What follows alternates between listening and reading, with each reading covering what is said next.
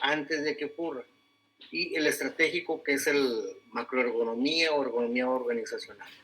Los trastornos musculoesqueléticos podemos empezarlos con los relacionados con el trabajo, que sería el repetitivo, el de oficinas y el manejo manual de cargas. Y tercer punto es el programa de ergonomía. Hay que formar el comité local de ergonomía, hay que hacer el mapa de riesgos, elaborar el programa ergonómico, diseñar estrategias para la contención y la prevención y elaborar estándares ergonómicos. Eso es todo lo que tenemos que hacer. Empezamos. Los enfoques, el reactivo. Se activa por el suceso. Ya ocurrió y reacciono. Contiene el problema exclusivamente y intenta hacer el programa ergonómico. Sí. ¿Sí? ¿Qué pasó?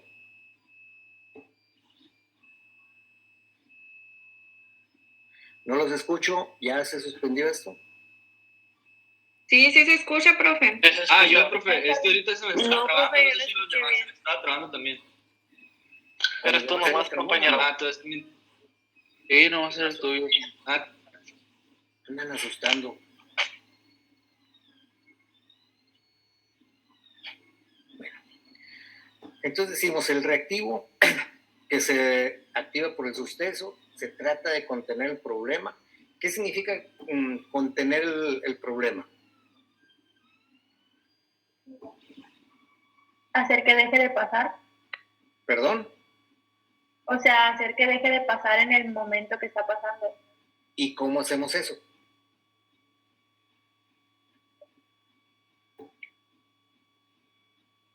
¿No se acuerdan? Ya lo vimos. Controles administrativos. Es primero que tenemos que hacer. ¿Cómo contenemos un problema de ergonomía? Con controles administrativos. Y después vemos si es posible los controles de ingeniería, pero primero el control administrativo.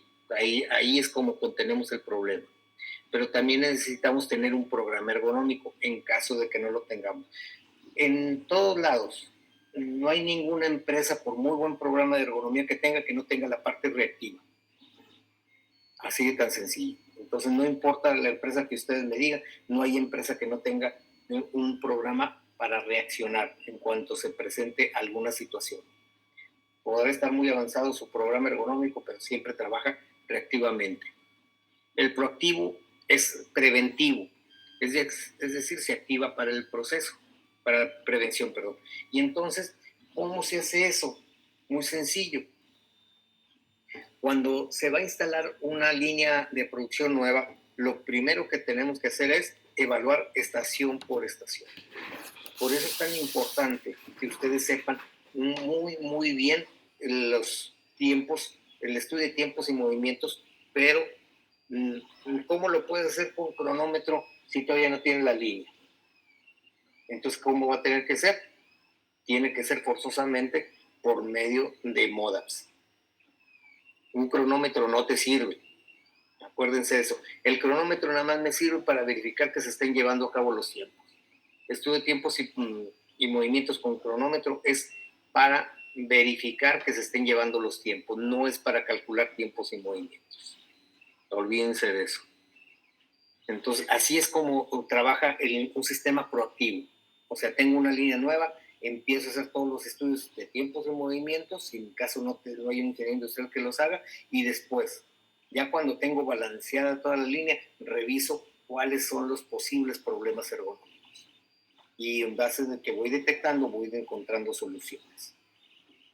Se elabora y se sigue un programa ergonómico en caso de que no se tenga. Pero el estratégico también tiene la parte de la macroergonomía. ¿Cuáles son todas las decisiones desde el punto de vista de ergonomía que están afectando a mi programa? Hay que sistematizar el programa ergonómico. ¿Eso qué significa? Acuérdense que el programa ergonómico, ahorita lo vamos a ver un poquito más en detalle, incluye formar el comité local de ergonomía, entre otras cosas. Entonces, y también vamos a desarrollar estándares ergonómicos.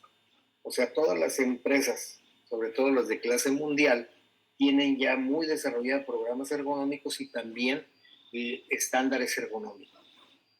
Pues aquí lo que tenemos, manufactura clase mundial, más conocido, tenemos aquí la planta Ford.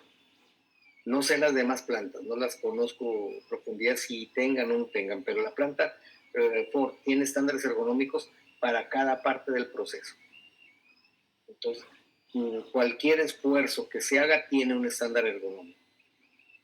Tienen estándares no nada más para esfuerzos, también para los tiempos. Un problema es que un ejemplo, tengo que trabajar por encima del hombro. ¿Cuándo sucede eso?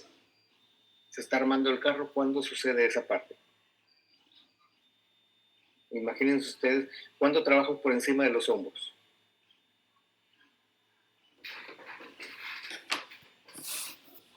¿Todavía me escuchan o ya? Cuando está trabajando, sí, profe. Ok. Cuando está trabajando en la parte de abajo del carro. Esa es una, ¿no? Sí, esa es una. Pero la otra, imagínense que tienen que trabajar en el centro de la unidad, instalando la consola. ¿Cómo están los hombros con respecto a la cabeza? Están por encima de la cabeza, ¿verdad? O sea, los brazos está agachado en el centro de la unidad y entonces los brazos están por encima. No están desde el punto de vista de las X, no está en el eje de las Y, pero está en el eje de la Z. Entonces están también los brazos por encima de la cabeza. Entonces, por ejemplo, ¿cuál es el estándar ergonómico? Menos del 50% del ciclo de trabajo debe estar los brazos por encima de la cabeza. Ese es un estándar ergonómico que se tiene. Entonces, les digo, para todo hay un estándar ergonómico. Después, ¿qué tenemos en el plano? Identificar los factores de riesgo ergonómico, evaluar los factores de riesgo ergonómico y controlar acuérdense, estas tres etapas siempre las vamos a ver. Identificación, evaluación y control. Siempre se ven estas tres partes. Y entonces empezamos con el primero, identificar los factores de riesgo. ¿Cómo lo hacemos? Con una descripción del trabajo. Para eso nos sirven también los NODA, ahí vemos la descripción del trabajo.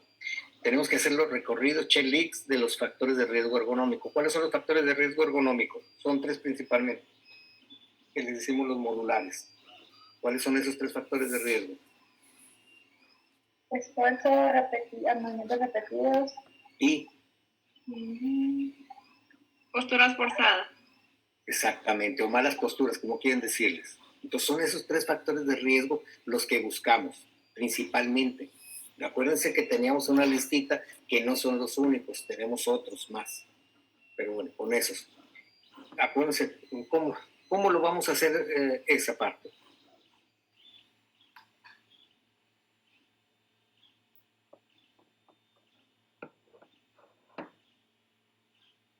¿No se acuerdan cómo lo tenemos que hacer? ¿Cómo reviso esos tres factores? Con el oído, la vista y ¿qué más? Y el olfato. Y el olfato. Esos son los tres. O sea, así es como voy a hacer el recorrido y así voy a encontrar los factores de riesgo ergonómico. Historial clínico. Revisar estaciones de trabajo con antecedentes penales. ¿Cuáles son los antecedentes penales de una estación de trabajo?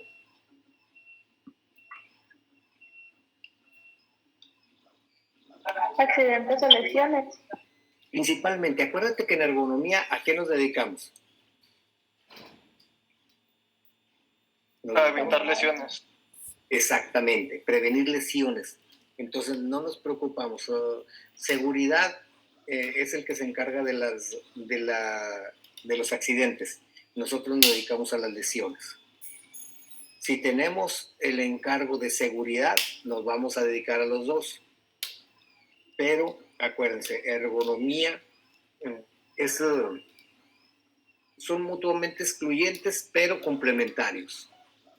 Seguridad, higiene, ergonomía y psicosociales. Son los 4 elementos de un sistema de seguridad ocupacional. La salud ocupacional está por esos 4 elementos.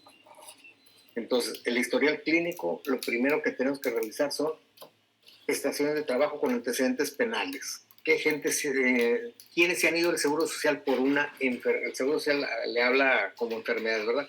Nosotros son lesiones. Pero ¿quiénes se han ido? ¿De qué estaciones de trabajo se han ido? ¿Para qué? Para empezar ahí la revisión. ¿Qué es lo que ha pasado con esas estaciones? ¿Se ha hecho contención? ¿O simplemente ha seguido trabajando tal y como está? ¿Qué más tenemos que revisar? La jornada de trabajo. ¿Es de 8 horas, de 10, de 12 horas? ¿Qué descansos tiene? ¿Qué recuperación tiene? Estudio de tiempo y la carga de trabajo. Todo eso viene para identificar los factores de riesgo ergonómico. Todos ustedes eso ya saben cómo hacerlo. Así que esto no es nuevo para ustedes.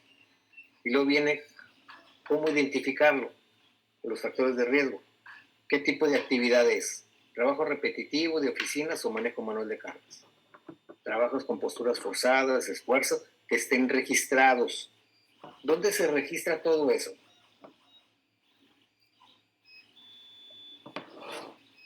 Si yo voy a una empresa, ¿dónde voy y reviso esa parte?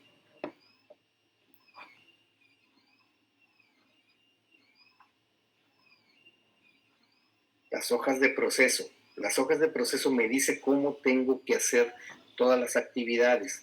Y ahí puedo revisar si hay o no hay algo de trabajo repetitivo, manejo manual de cargas, posturas forzadas o esfuerzos.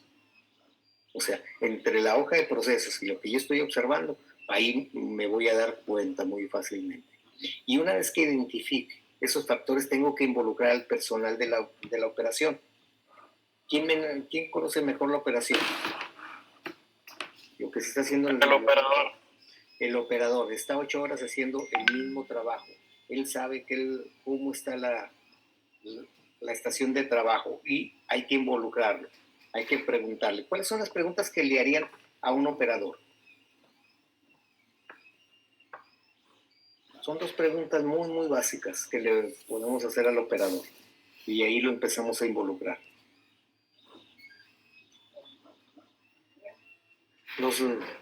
El lunes y están dormidos, ¿o qué es lo que pasa? Que nadie contesta.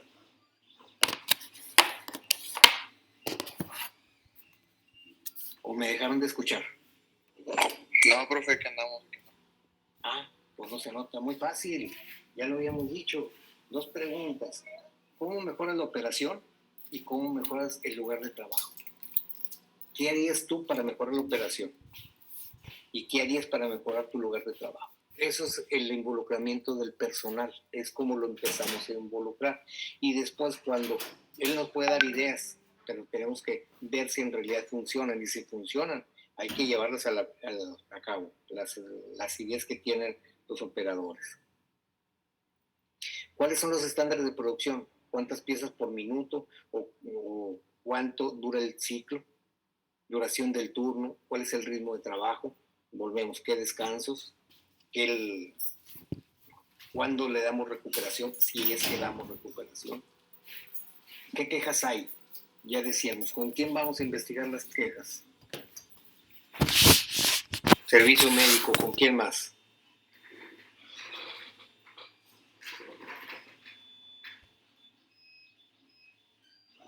Recursos humanos.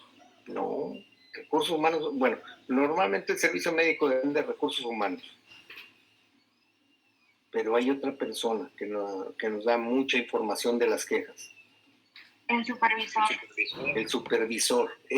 O sea, puedo ir al servicio médico, ahí vemos quién se ha ido, eso es lo registrado. Pero hay otra parte que no está registrado y eso lo tiene el supervisor. Él nos puede dar mucha información.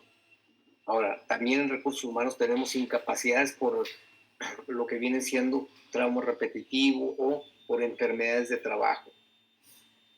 Y ahí en recursos humanos tienen todo eso. También tiene lo que es la parte de ausentismo, la parte de rotación, cuáles son las estaciones de trabajo que tienen más o los departamentos que tienen más rotación o ausentismo. Hacemos el mapa de riesgos. Otra vez, no nada más esto. ¿Por qué hacemos énfasis en los psicosociales? Hay una relación muy directa entre los factores de riesgo ergonómicos y psicosociales, por decirlo así. Donde hay factores de riesgo ergonómico va a haber psicosociales, y al revés también funciona. Donde hay riesgos psicosociales va a haber riesgos ergonómicos. Accidentes en traslados de la casa a la empresa o viceversa, y la normatividad la tenemos que conocer mucho, muy bien. ¿Hasta aquí dudas? No, profe. Qué bueno. Ahora tenemos una guía de evaluación ergonómica de actividades de trabajo. Tenemos la evaluación de ergonómica. ¿Qué es lo que vamos a buscar? Para trabajo repetitivo, para nosotros, la primera, la mejor de todas las metodologías, sobre todo cuando hay más de 8 horas de trabajo, es el ARTUL. El ARTUL se nos hace muy completa, excepto por una cosa, que no evalúa las piernas. Pero si no hacemos esfuerzo con piernas, no hay mucho problema. O sea, es una buena herramienta que nos puede ayudar. Pero también tenemos Susan Royer, muy buena herramienta. Otras que tenemos, el RULA, que esta la utiliza mucho el Seguro Social. Es parte de sus herramientas de trabajo. El OCRA, muy buena, de las manos a los hombros. Pero ¿qué pasa si utiliza la espalda? Pues entonces ya no es tan bueno. El Quick Ergonomic Checklist es otra buena herramienta, y una de las ventajas que tiene esta herramienta es de que tome en cuenta la opinión del trabajador. Otra, si se ven, nosotros lo catalogamos como de primero o segundo nivel, o con qué empezamos y luego con cuál seguimos. Primer nivel puede ser el ARTUL, Susan Royer, RULA, OCRA, pues esas son, por decir algo, de primer nivel. ¿Por qué? Porque están diseñadas para trabajo repetitivo. Pero hay que saber escoger la herramienta. Por decir algo, si yo voy a utilizar el OCRA, yo tengo que estar seguro de que dos condiciones. Primer condición, 8 horas o menos de trabajo y extremidades superiores exclusivamente. Si se cumplen las dos condiciones, puedo utilizar el OCRA. Si no, voy a tener problemas. Si trabajo más de 8 horas, la única que me queda es el ARTUL. Todas las demás están diseñadas para 8 horas. El Job Street Index está diseñado para más de 8 horas también. Entonces hay que saber, pero eso lo vamos a ver más adelante, saber cuáles son las limitantes que tienen los métodos. Por decir algo, el Job Street Index es exclusivamente para mano-muñeca. ¿Qué significa? Que este sería de un segundo nivel. No es de primer nivel, es del segundo nivel. En el caso, o sea, estas no son todas las herramientas que hay para manejo, para trabajo repetitivo, hay más. Vamos a ver algunas aquí en este curso, pero la idea es que sepan que hay unas que sí cumplen, o por decir algo así, que pueden ser de primer nivel, y otras que nos van a ayudar en caso de que tengamos dudas. Tenemos un manejo manual de materiales, tenemos subir, bajar, cargar, trasladar una carga, empujar o jalar una carga. Ahora, aquí, si se fijan, el segundo, o sea, como primer nivel, tendremos el MAC y el RAP. Aquí no hay ninguna otra herramienta que sea de primer nivel. ¿Por qué? Porque esto es obligatorio por la norma 36. Nos dice, si tenemos dudas, podemos irnos a un segundo nivel. Por ejemplo, para subir o bajar, tenemos la ecuación de Navier o las tablas Liberty Mutual. Para trasladar una carga, tenemos las tablas Liberty Mutual y el gasto metabólico de energía. Para empujar o jalar una carga, las tablas Liberty Mutual, gasto metabólico de energía. Eso es lo que tenemos de segundo nivel, esta parte que tenemos aquí. Primer nivel nada más es MAC y RAP en el trabajo repetitivo. ¿Y eso por qué? Porque eso no, es obligatorio por la parte de la Secretaría de Trabajo. ¿Vamos bien?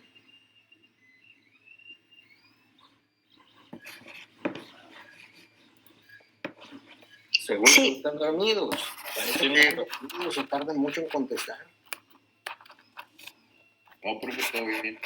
Ok. Tenemos otras situaciones. Por ejemplo, para ergonomía de oficina está el método Rosa. O sea, es un método muy sencillo, muy fácil, muy rápido y que nos da muchísima información. Si la aplican ahí en su casa, ahorita que todos están trabajando con una computadora, le van a encontrar de que a lo mejor no son las mejores condiciones, pero ahí vamos a verlo después, el método ROSA. Ergonomía para trabajo no repetitivo, es lo que tenemos como fuerza de compresión de disco. Hay otras, principalmente checklists. Por ejemplo, el Instituto Joyce. O sea, es una herramienta no necesariamente para trabajo repetitivo. Vamos a buscar ese también. ¿Por qué? Porque, por ejemplo, o sea, yo hago trabajos que no son repetitivos, ni el manejo manual de cargas, entonces, ¿qué es lo que voy a revisar? Entonces, tenemos checklists que nos pueden ayudar. Tenemos, por ejemplo, la fuerza de compresión de disco es para subir o bajar objetos, pero siempre y cuando no sea repetitivo, como la ecuación de Nayu. La ecuación de Nayu tiene sus ventajas, sus desventajas. Sus desventajas es de que es para trabajo repetitivo de subir o bajar objetos, mientras que la fuerza de compresión de disco es para levantamientos ocasionales.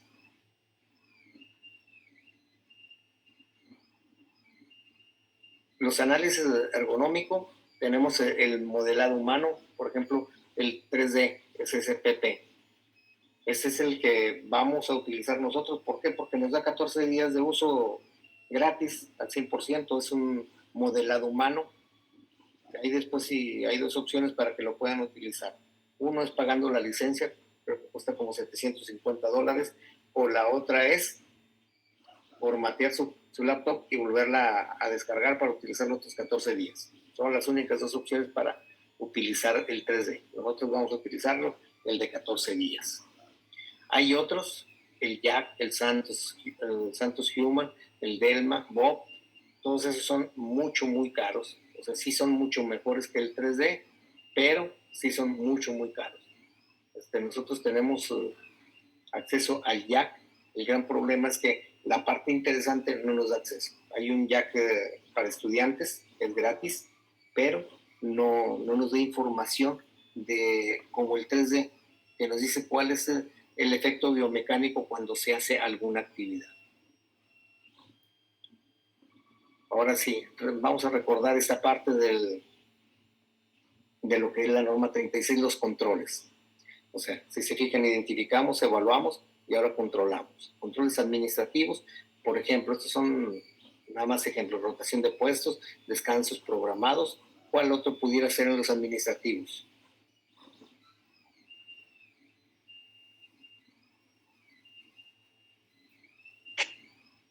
Los horarios. A ver, ¿cómo está eso? De los horarios. Pues ya ve que en ti manejan pues como 7 tipos de horario. Ajá. A lo mejor también en eso puede afectar, o no sé si iría en ingeniería en cuanto a los tiempos y eso. No, o sea, ahí es, más bien ahí lo que tú estás comentando es cómo está funcionando ti. No, esos no son controles administrativos. Un control administrativo como es aquí, es la rotación de puestos. Es decir, está en un puesto muy estresante, ya lo evaluamos, y una de las opciones es rotarlo. ¿Para qué? Quitarlo del riesgo. Pero eso no nos quita el color de la estación. Otro es programarle descansos. En varias empresas han estado trabajando con el 55-5. Es decir, trabajan 55 minutos, descansan 5. Para mí la mejor opción para evitar esos descansos, como se dice, descansos programados, es trabajar con tiempos estándar. En el tiempo estándar va el tiempo de recuperación. Para mí esa es la mejor práctica y nos quitamos de muchos problemas. Pero hay otro, hay más controles administrativos, por ejemplo. Género. O sea, si es pesado para la mujer, quito a las mujeres y pongo puros hombres. Pero todo este tipo de controles administrativos deben de ser temporales. No deben de ser rutinarios. Hubo una persona que decía, esta estación es verde para hombres. Acuérdense que eso no existe. Una estación verde es cualquier persona hombre o mujer o lo que quiera hacer, puede estar en una estación de trabajo durante una jornada completa. Jornada completa, ¿qué significa? 8, 10, 12 horas. Mientras se cumpla esa definición, esa estación se considera de bajo riesgo. Pero si alguien dice, es que ahí necesitamos que sean hombres porque es muy pesada la estación, ¿qué significa? Que no es una estación verde o de bajo riesgo. O sea, eso es lo que hay que tener cuidados. No, no pensar de que porque puse hombres, ya la estación es verde para hombres, no. La estación es verde, simple y sencillamente, si cualquier persona puede desarrollar su trabajo sin riesgos durante una jornada completa. Y ahí hablamos de jornada completa, no decimos de 8 horas o de 10 o de 12. Es independiente de eso. Eso es. Entonces, una contención como administrativa no quita el color de la estación. Si la estación es amarilla o roja, el hecho de tener una contención como administrativa, un control administrativo, no le va a cambiar el color. Donde puede cambiar el color es en los controles de ingeniería. ¿Por qué? Porque ahí rediseñamos la estación o rediseñamos el método de trabajo. ¿Para qué? Para que cualquier persona lo pueda hacer el trabajo. Así de tan sencillo. Entonces, esos son los controles que tenemos, controles de ingeniería y controles administrativos. ¿Dudas?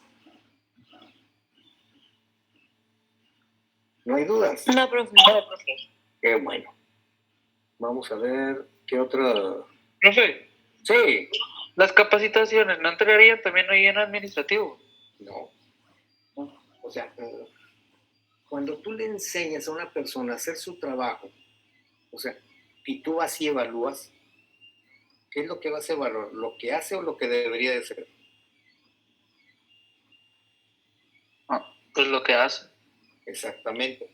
Entonces, si tú lo entrenaste para hacer bien su trabajo, tú así lo evalúas. Puede haber otros factores, como cuáles. La repetición, que decimos que es de los 3 factores, es el menos importante, pero sigue siendo importante. Después, ¿qué es lo que vas a buscar? Las malas posturas y los esfuerzos. O sea, él puede estar haciendo bien su trabajo. ¿Qué significa eso? Con buenas posturas, pero tiene otros 2 factores de riesgo, la repetición y el esfuerzo. Entonces, tú lo que vas a hacer, o sea, si hace bien su trabajo, disminuye el riesgo, pero no lo elimina. ¿Por qué? Porque si les está haciendo bien su trabajo, pero con esfuerzo. No sé si ustedes vieron, déjenme buscarlo, un video, sí, casi nuevo, déjenme lo busco.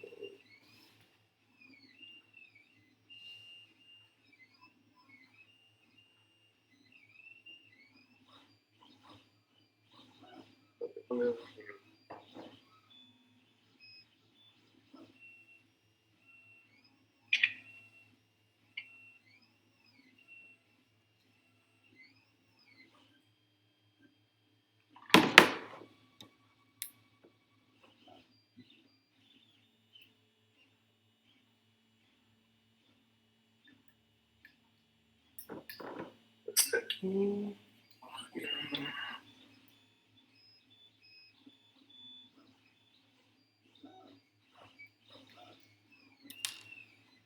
Está aquí.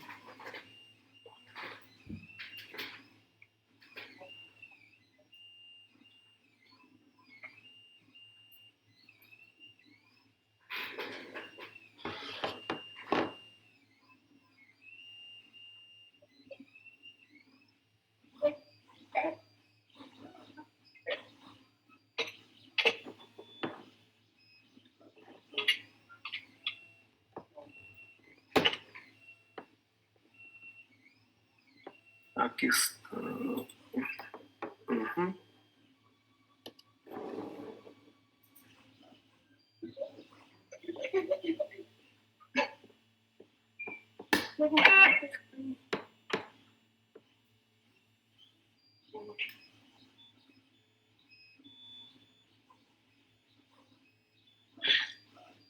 ¿Ya están viendo el video? Sí. Sí, profe. pasen el video y díganme, ¿está haciendo bien su trabajo o no está haciendo bien su trabajo? No. ¿No qué? Por O sea, ejemplo, ella lo está haciendo bien, pero el trabajo no está bien. ajá, La atención está diseñada para ella, más bien. O sea, ahí está haciendo lo que le dijeron. Pero el hecho de que haga lo que le dijeron no significa que está haciendo bien su trabajo. O sea, desde el punto de vista de ergonomía está mal hecho el trabajo. ¿Qué es lo que ven mal ahí? Trabajo. Pues está Que muy se alto. estira para mucho. Dura mucho. Sí, o sea, ahí en esa parte, por ejemplo, vemos los pies que en ocasión, sobre todo, ¿cómo se pone de puntitas, y luego en esta otra parte también.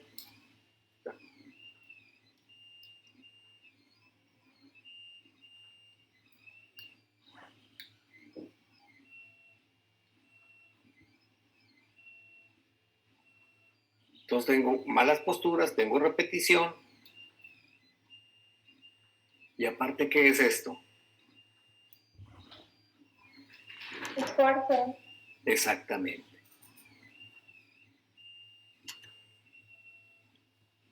Entonces, ahora, fíjense ahí atrás, hay un señor de camisa roja, ahí que está poniendo la misma parte. ¿Qué pasó ahí? Miren, ahí va otra vez. ¿Qué pasó? Lo hace más fácil. No lo Que lo hace hace como fácil. si nada. se está agachando. No se agacha, o sea, aparte de que no se agacha, ¿cómo lo pone? O sea, si vemos aquí a la muchacha, ¿qué es lo que estamos viendo? O sea, estamos viendo un esfuerzo, no fuerza, esfuerzo. Mucho esfuerzo que hace para poder colocar la parte. Fíjense, ahí va. ¿Cuántas veces hace el intento para colocarlo? Hasta que entra. Y vemos a la persona de atrás de la camisa roja que lo hace muy sencillo. Ahí lo vemos, ahí va. Miren. ¡Sas! Ya. Ahí es donde vemos la definición de fuerza y esfuerzo. Fuerza es la misma, que los dos tienen la misma fuerza de inserción. Lo que cambia es el esfuerzo. Acuérdense, fuerza es una magnitud con una dirección. El esfuerzo es la percepción.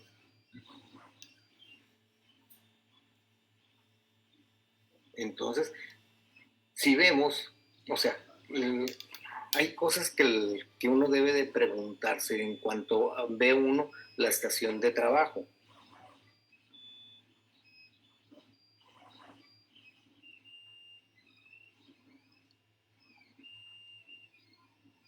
Y definitivamente la persona que diseñó este puesto de trabajo a lo mejor la odiaba, esta muchacha.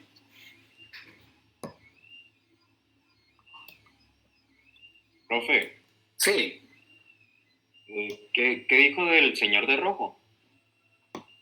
hace esfuerzo, o más bien, su esfuerzo es muy poco. Si comparas el esfuerzo de las dos personas, la muchacha tiene mucho esfuerzo para realizar su trabajo, mientras que el señor no, lo hace muy sencillo. La fuerza es la misma, pero el esfuerzo es diferente. No es el mismo esfuerzo que hacen. ¿Estamos de acuerdo en eso? Sí.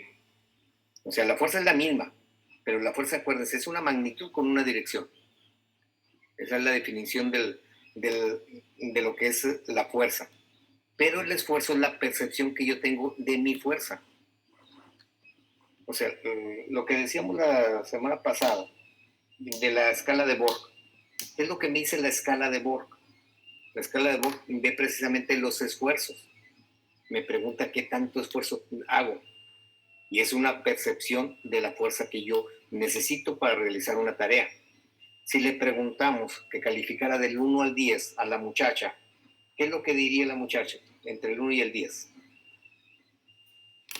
El 10 es la máxima fuerza, mientras que el 0 es nada de fuerza. Pues 9, 10. ¿Perdón? 9, 10. Sí, o sea, ¿y el señor qué nos diría? Un 3, 4. 3. si acaso. Pero si se fijan, esa es la gran diferencia en cuanto a esfuerzo. Por eso, cuando vamos a hacer la evaluación, hay varias cosas que tenemos que saber. Primero, ¿a quién y a qué hora? ¿A quién vamos a hacerle la evaluación? Es el mismo puesto de trabajo que tienen los dos, pero ¿a quién le vamos a hacer la evaluación? ¿Al señor o a la muchacha? Al que hace más esfuerzo. A la persona más débil. Siempre es a la persona más débil. Si vamos y le hacemos la evaluación al señor, nos va a salir muy tranquilo. ¿Por qué? Porque está muy alto, es decir, todos los alcances para él serían mucho más sencillos y aparte es fuerte. O sea, todo lo que tiene que ver con fuerza, pues en realidad va a salir muy bien evaluada la estación. Entonces, siempre debemos de buscar la persona más débil. Entre hombre y mujer, ¿a quién buscamos?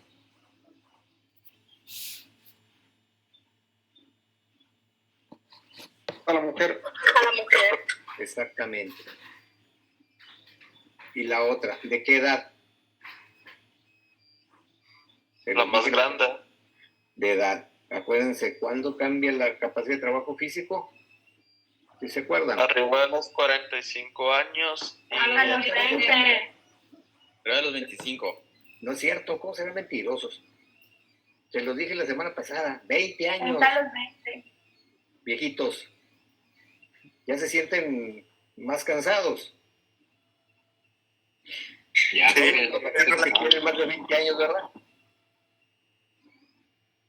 ¿Hay alguien que tenga 20 años o menos? 22, profe. Pues imagínate, ya vas para abajo.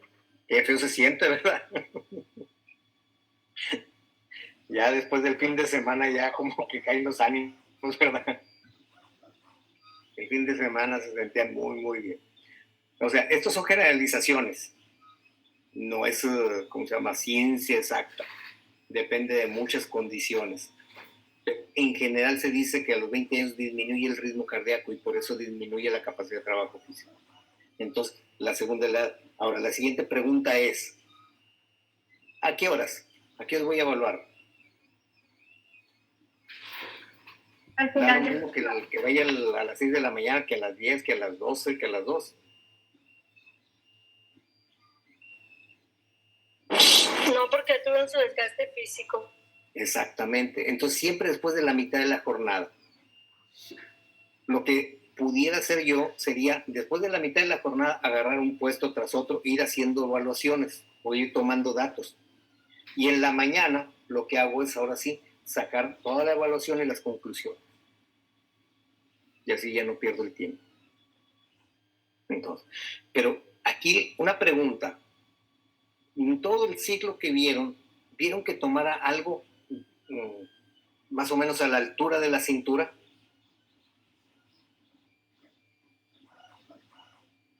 No. O sea, los marcos de aluminio que toma sí están más o menos a la altura de la cintura, pero todo lo que toma de las etiquetas es de arriba. Pero el centro vemos que está lleno de cosas, pero no toma nada de ahí. ¿Por qué lo tiene que tomar de ahí? O sea, son de las dudas que debemos de ver y es por qué lo toma. La otra parte, cuando esas etiquetas las pone acá en la parte del otro lado, aquí, en esta parte, ahí no podemos hacer nada, es parte del trabajo, en esa posición está. Ahí va a ser muy difícil que podamos hacer algo. Pero en la otra parte sí podemos hacer y podemos disminuir también. Esa es parte de la carga de trabajo, la carga ergonómica. ¿Por qué? Porque está lo que ustedes hicieron, haciendo alcances extremos. Una de dos, si no podemos bajarla, ¿qué otra cosa podemos hacer? Vamos a pensar que es el único lugar donde se puede poner las etiquetas. Entonces, ¿qué podemos hacer para que no levante los brazos? Rápido, porque ya faltan 5 minutos para irnos. Poner como un banco para que. Una plataforma y para que No olvídense de todo eso. ¿Por qué no usar una cangurera?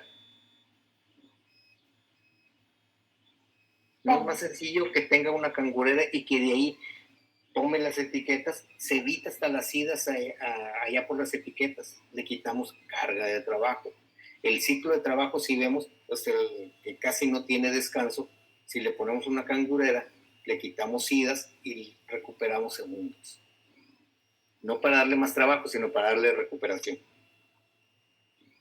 ¿Cómo vamos hasta aquí? Bien. Bien. Bien. Ok. Y nos vemos entonces el miércoles 9 de la madrugada, está viendo el sol. Cuídense mucho, no salgan, todavía no está permitido salir. Así que si no tienen nada que hacer afuera, quédense en la casa. Nos vemos. Gracias, profesor. Gracias, Gracias, profe. profe. No, profe. Bye, profe. Bye.